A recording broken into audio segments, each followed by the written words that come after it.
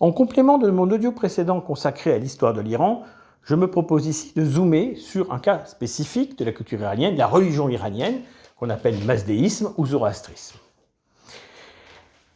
Il faut bien comprendre que d'abord il y a ce qu'on appelle les Indo-Iraniens ou Aryas, qui sont les ancêtres des Indo-Aryens et des Iraniens. Tous revendiquent l'épithète Arya en sanskrit, Arya en vieux perse. Et donc il y a des divinités communes de cette époque. Si on prend le cas du Védisme, donc de l'Inde ancienne, il y a un dieu qu'on appelle l'Asura par excellence, le dieu Varunia. Les Asuras étant une classe de dieux. Et puis il y a Indra, qui est le roi des Devas, des dieux, qui est le Deva Raja. Ça, c'est la situation donc en Inde. L'Iran va évoluer de manière différente. Il n'y a pas de brahman, comme en Inde, mais il y a des mages, j'y reviendrai. Et évidemment, il y a donc des divinités qui sont héritées des temps indo-iraniens, des divinités qui sont nouvelles. La réforme de Zarathustra, ou Zoroastre, qu'on appelle de son prénom Zartosht, c'est une réforme morale qui veut épurer la religion des excès et qui met en avant la notion de bien et la notion de mal. Dans le mazdéisme iranien, il y a une devise très importante qui rappelle des devises druidiques et qui est très saine, qui est cette devise qui consiste à dire concrètement qu'il y a la bonne pensée, donc une pensée saine, la bonne parole, le refus du mensonge, et la bonne action, évidemment, le fait de bien agir. Effectivement, il y a l'ordre cosmique qu'on appelle le Artha ou Asha, Artha, la même racine que le latin ordo, et cet ordre cosmique qui se confond avec la justice et la vérité, et il faut le défendre contre le mensonge, le drouge, qui est créateur de chaos. Alors, Varunia, en vieux perse, se disait Varena, et il va s'appeler Ahura Mazda, donc Ahura c'est l'équivalent d'Azura en iranien, Mazda la sagesse, donc la sagesse divine. On verra s'il s'agit ensuite de monothéisme. Il incarne le Spenta Menu, le bon esprit, qui s'oppose à l'Angra Menu, l'esprit malin, l'esprit mauvais, qu'on appelle en vieux perse, donc Assi, mais qui s'appelle Ahriman en perse médiéval, et Hormaz, le dieu du bien en face, et Dieu suprême, dans la même langue. Donc, d'ailleurs, Hormaz a donné son nom au détroit d'Ormuz, notamment. Voilà un peu comment ça fonctionne au départ. Donc, est-ce que c'est un monothéisme ? Eh bien, on va se rendre compte que non. Concrètement, donc, il y a des divinités héritées des Indo-Iraniens, qu'on va retrouver dans le panthéon, bien entendu, perse. Je vais expliquer ce qu'est le panthéon perse, d'ailleurs. J'ai parlé de l'Artha, mais il y a une autre valeur, la Daena, en perse moderne, Din, qui désigne un code d'honneur, un code de valeur. Ça a la même racine que la déesse Thémis en grec, en fait. C'est donc une sorte de marche à suivre pour aller au paradis. Paradis est une notion iranienne, paradaïsa, au-delà du mur, ça signifie jardin. Et il y a le pont de Shinvat qui concerne tous les hommes et les femmes, qui sont d'ailleurs égaux dans la religion mazdéenne. Donc, le pont de Shinvat, si vous voyez une vieille femme laide, c'est que vous allez en enfer. Si vous voyez une belle femme jeune, c'est que vous allez au paradis. Voilà. Évidemment, à la fin des temps, ceux qui ont été punis sont détruits, et ceux qui ont été vertueux auront une nouvelle vie sur Terre. Voilà, à la fin des temps. Alors évidemment, il y aura un sauveur, un Saoshyant à la fin des temps. Donc, Hormaz, dieu du bien, Ahriman, dieu du mal, et Ahriman a une créature à son service, le grand dragon Asi-Dahaka, en farsi médiéval Zdaak parfois, qui est donc l'équivalent du Haï iranien, ça veut dire serpent, même racine que Ophis en grec. Donc, c'est une créature destructrice et néfaste, et Ahriman et sa créature sont combattus par des héros, comme Karasaspa, qui correspond plus ou moins à une sorte d'Héraclès, puis Phraytona, Féridoun en farsi moderne, donc qui vont combattre cette créature, et le dieu du feu lui-même aussi. Alors, dieu du feu, parce qu'on parle des temples du feu, les temples mazdéens ont des grandes flammes dont les prêtres mages doivent assurer la pureté et la continuité. Les mages, donc, magus, en vieux perse, racine indo-européenne meg, qui veut dire pouvoir, qu'on retrouve dans l'anglais mögen, l'anglais mei. Et donc ces mages, ce sont des prêtres au sens fort, qui sont les gardiens de la morale, les gardiens des textes sacrés, l'Avesta donc, et autres. Très important, évidemment, et très puissant, surtout à l'époque de l'Empire sassanide. Alors, il y a des dieux qu'on n'appelle pas les Daeva. Deva en Inde, ça veut dire Dieu, mais Daeva, qui vient de la même chose, désigne les démons. La réforme de Zarathustra, en effet, a démonisé certains dieux, comme le dieu Indra, Indar en vieux perse, qui a été considéré comme un dieu nocif et donc a été démonisé totalement. On verra qu'il reviendra par l'autre côté. Et donc, ça va jusqu'à beaucoup de réformes. Alors, le dieu du ciel des Indo-Européens, Diaushpita, il n'existe que sous la forme Diaush, hein, la notion de père n'existe pas. Ça veut dire le ciel, ou les cieux d'une manière générale, et ça signifiera par la suite les enfers au sens large, pour les bons comme pour les mauvais, l'au-delà. Effectivement, donc les Daivas, les dieux, entre guillemets, en Inde, sont des démons. Mais en fait, la plupart des dieux indiens sont transformés en Yasata, donc Yasata, racine indo-européenne Yeg, qui veut dire honoré, vénéré. Les Yasata, qu'on appelle en perse médiéval les Yazd, et qu'on appelle en perse moderne les Ized ou Ezed. Ce sont donc des dieux qu'il faut honorer. En Inde, Varunia a un partenariat avec Mitra. L'équivalent de Varunia, donc à Ahura Mazda, n'a pas cette relation. Mitra est le chef de l'armée des Yasata, donc le chef des autres dieux. Il récupère l'arme foudre, le Vagra iranien, qui correspond au Vajra d'Indra, le marteau de Thor ou foudre de Zeus. Hein. Donc c'est un dieu à la fois solaire, un dieu de l'orage, il y a beaucoup de fonctions. Et donc il y a tous les anges adorables. Alors les anges adorables, il y a d'abord des divinités héritées des temps indo-iraniens, notamment les divinités cosmiques, qui sont donc largement honorées. Quelques exemples dans la liste de ces divinités. Il y a par exemple Aryaman, Herman en farsi, l'équivalent de Aryaman en Inde, donc le dieu des Aryens, qui a des fonctions de dieu de l'hospitalité, dieu de la médecine, dieu protecteur de la communauté, ce qui est logique. Il y a donc Attar, dieu du feu, l'équivalent de Agni en Inde, qui est le fils d'Ahura Mazda, car Ahura Mazda n'est pas qu'un dieu unique, il a une compagne et épouse Ahurani, forme féminine, comme Varunia avait Varunyani à ses côtés, donc une divinité tout à fait secondaire liée aux eaux célestes et qui n'est que très peu honorée. Et de ce couple-là, il y a le premier-né, le dieu du feu Attar, celui qu'on honore justement dans les temples du feu. Il y a également, donc par exemple, l'équivalent de Tvashtar, dieu forgeron, qui s'appelle Tashan. Il y a Haoma, dieu du soma en Inde. Donc, dieu de Haoma, c'est la même substance, une substance un petit peu magique et religieuse qu'utilisent les prêtres. Il y a le dieu de la lune, Ma, en sanskrit Mas. Dieu du soleil, Rvaré. Alors, il y a un nom très compliqué, qui au Moyen-Âge, ça sera Rorsid.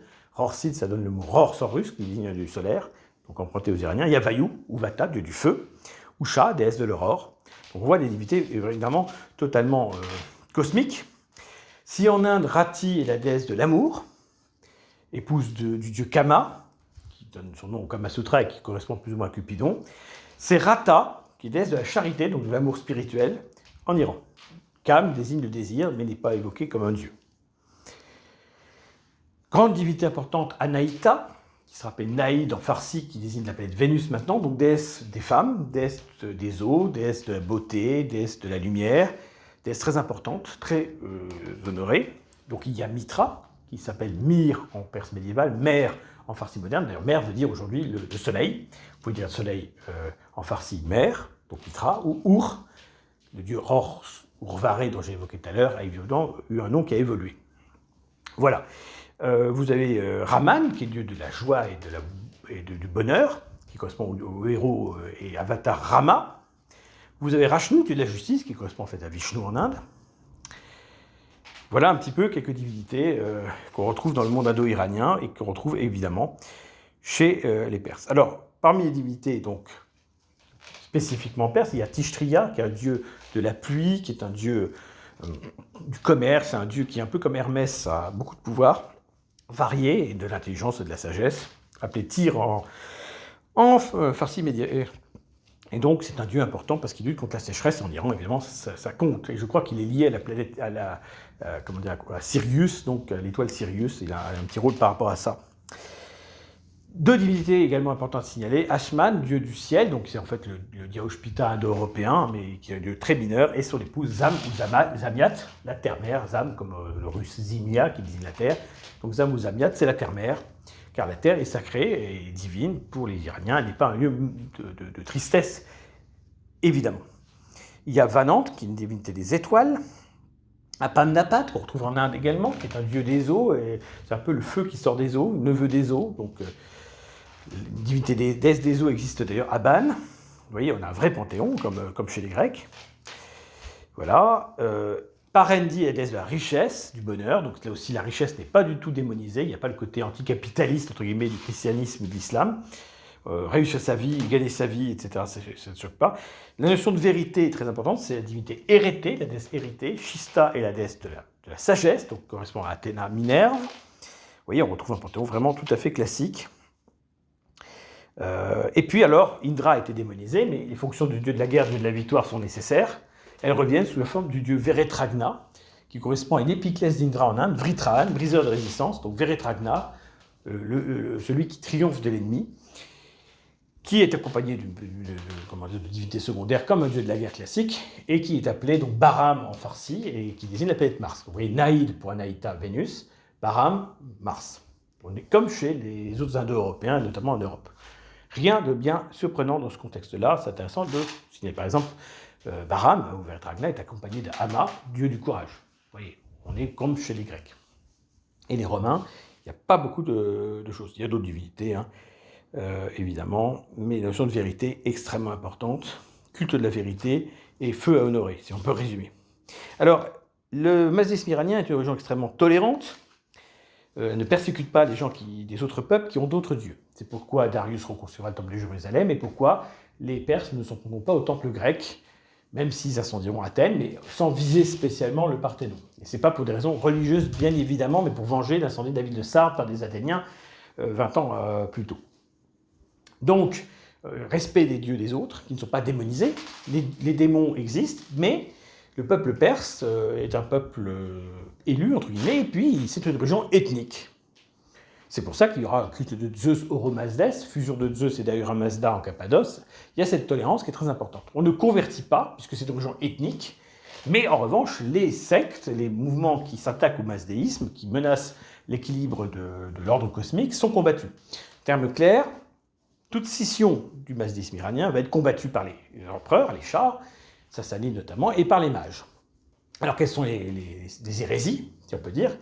Là, elles sont persécutées parce qu'il s'agit de protéger le peuple iranien contre des religions qui voudraient le transformer en autre chose. Autant les Iraniens ne veulent pas changer la religion des gens, des autres, autant ils ne veulent pas qu'on change leur religion. C'est pourquoi le christianisme, tout comme dans l'Empire romain, sera combattu farouchement par eux, parce que ça vise à convertir les Iraniens. Alors, parmi les religions qui naissent et qui essaient aussi de convertir les Iraniens, il y a le manichéisme, fondé par un prêtre Manès, qui mélange le christianisme et le masdéisme, et qui met à égalité le dieu du bien et le dieu du mal. Et qui considère que le bien est céleste et que le mal est terrestre. En termes clairs, il démonise le monde des vivants. On retrouvera ça avec les Cathares et les Bogomides. Le manichéisme est très bien mal, s'opposant en permanence. Il y a une religion qui s'y apparente par certains aspects, le zourvanisme, du nom de Zourvan, qui est un dieu du temps mineur du peuple perse. Et dans cette religion, Zourvan est le père commun de Hormaz et d'Ahriman, du dieu du bien et du dieu du mal, donc ils sont mis là encore à égalité, alors que dans le masdéisme, le dieu du bien est supérieur et gagne à la fin. Ce faisant, le zourvanisme est condamné, bien évidemment. Et puis il y a encore un autre mouvement plus ou moins révolutionnaire dès du masdéisme, le mazdakisme, du nom de son fondateur, Mazdak, qui est une religion aussi qui perturbe l'ordre cosmique et qui est combattue. Donc, autant les Iraniens persécutent, entre guillemets, répriment des mouvements sécessionnistes qui menacent le peuple iranien, parce que c'est une religion ethnique, autant il n'y a aucune démarche de prosélytisme, donc de persécution contre les autres Indo-Européens, par exemple. Voilà, il y aura des Grecs, il y aura des Hindous dans l'Empire perse, qui est assez vaste, et bien, ça se passera bien. Tant que les Iraniens restent des fidèles de Ahura Mazda. Donc la religion mazdéenne se dit Mazda Yashna en farsi. Mazda Yashna, c'est la foi en Mazda, donc c'est clair. Quand on parle de zoroastrisme, c'est pour insister sur le prophète, mais ça reste un prophète qu'on peut représenter par ailleurs graphiquement, un prophète d'ailleurs à Mazda, un prophète moralisateur, évidemment. Il y a quelques aspects qui ressemblent au christianisme, parce que le christianisme a certainement récupéré des notions qui existaient dans le mazdéisme iranien, comme dans le paganisme. On voit bien une notion de fin des temps, notamment, etc. Donc il y a un peu de plagiat de la part du christianisme sur le mazdéisme iranien, mais qui, lui, est une religion non prosélyte, ethnique stricto sensu. C'est important de le signaler. Alors, qu'est-ce qui s'est passé par la suite? L'islam s'est imposé. Il y a eu une grande révolte entre 850 et 950 par les mazdéens iraniens, réprimés dans le sang. Malgré tout, jusqu'au XVIe siècle, il y a des communautés mazdéennes relativement conséquentes du côté de Shiraz, Ispahan, et pas seulement à Yazd, etc. Et c'est avec les Safavides au XVIe siècle qui imposent le chiisme que ça a changé, puisque les Safavides vont imposer le chiisme et aux sunnites iraniens et aux Mazdéens. La grande fuite des Mazdéens, c'est autour du Xe siècle. 300 à 400 000 Parsis, donc Perses, zoroastriens, vont fuir leur pays et s'installer en Inde, où ils vont rester jusqu'à aujourd'hui. Voilà un peu comment ça fonctionne.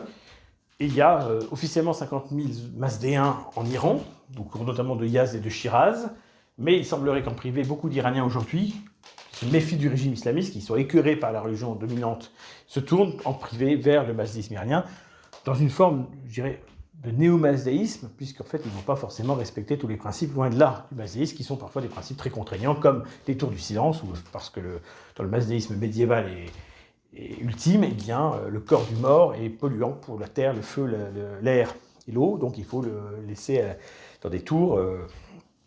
Mais ça posait des problèmes évidemment d'hygiène et de salubrité publique, ce qui fait que même aujourd'hui, en Iran comme en Inde, les Mazdéens sont enterrés avec un rituel particulier par rapport à ça.